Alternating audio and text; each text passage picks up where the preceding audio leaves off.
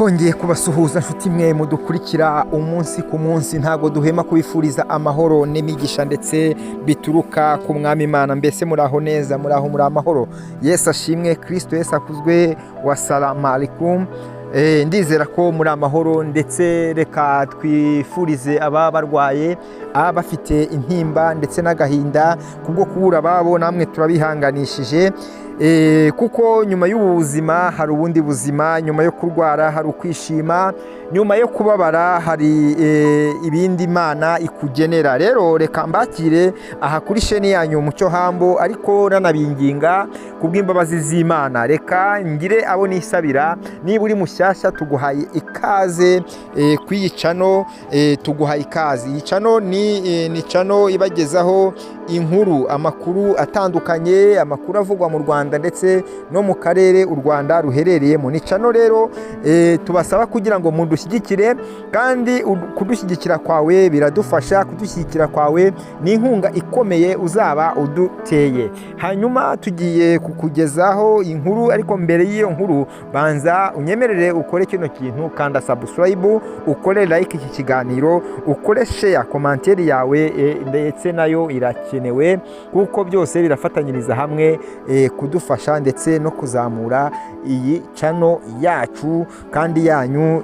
Byose biradufasha mu buryo bukomeye. Hanyuma rero tugiye kubagezaho inkuru maze amasaha atari makeya icicikana ku mbuga nkoranyambaga, ariko twebwe tuvuga inkuru ntago tuba tugamije guciranya imanza, nta nubwo tuba tugamije ko abantu bishyira mu bandi bakaba babagumura, oya, ahubwo tuba tugamije kugira ngo tuganire, dusesengure, turebe ibyavuzwe hashakaga kuvuga iki, iyi nkuru yaje igamije kuvuga iki. Byose nibyo dukwiye kumenya kugira ngo ibintu bikomeze kugenda neza cyane. Rero uyu munsi haciciganye inkuru y'umupasiteri wo mu Gatenga, aho yigishaga, agaruka ku ijambo ryacicikanye ku mbuga nkoranyambaga, ndetse ni ijambo nyamara rimenyerewe cyane cyane hanze aha, ariko ntago ryari rimenyerewe mu rusengero. Akaba ariyo mpamvu yatumye bamwe bakomeza kurigarukaho cyane, bamwe bagiye bibaza ndetse bakibaza, bamwe barakaye. Nibyo tugiye gusesengura rero.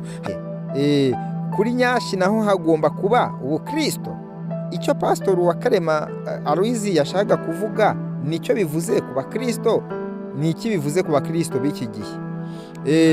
Ese wigeze wibaza niba ubukristo ari amagambo tuvuga cyangwa ari imyitwarire igaragarira buri wese?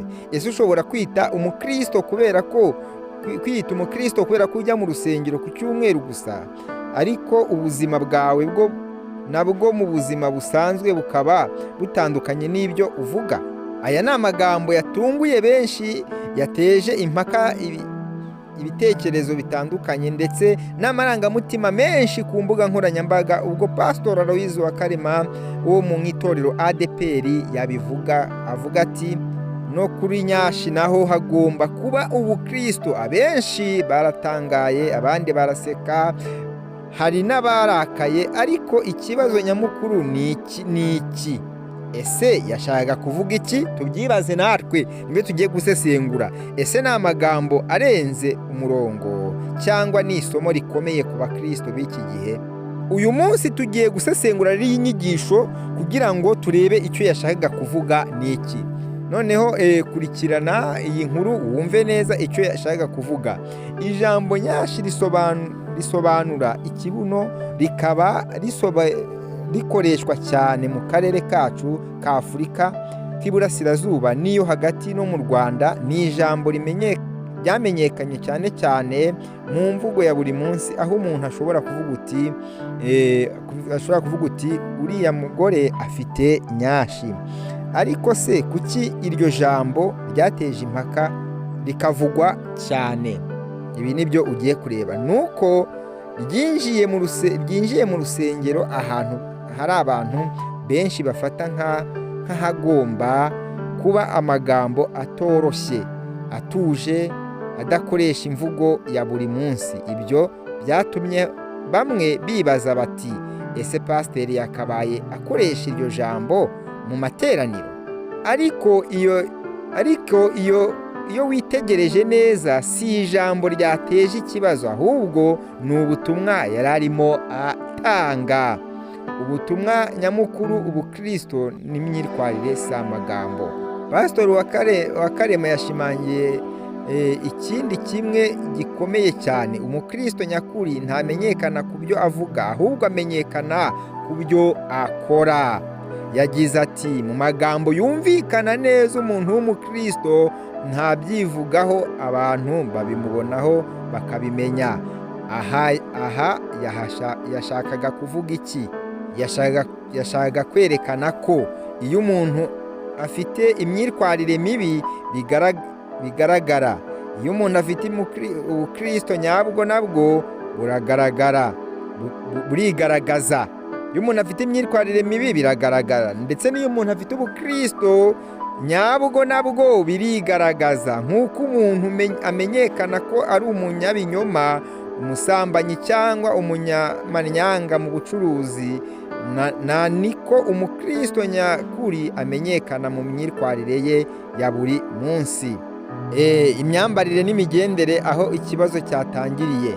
Dore aho ikibazo cyatangiriye. Aha niho Pastor Aloys wa Karema yakoresheje urugero rwateje impaka nyinshi. Yavuze ku bagore n'abakobwa binjira mu materaniro bafite imiterere kamere yabo, ariko bakayikoresha mu buryo bugaragariza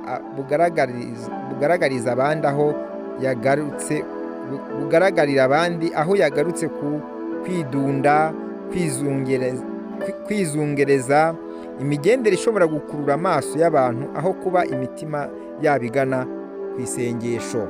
Yagize ati, mu buryo bwumvikana, niba umuntu azi ko afite ibinyashi akagenda azizunguza mu materaniro, aho naho hagomba kuba ubukristo. Ibi ntiyabivuze asuzugura abagore, ahubwo yashakaga kuvuga ko ubukristo bugomba no kugaragarira mu migenzereze yacu, cyane cyane ahantu ho gusengera. Ubukristo bugera ku mubiri wose.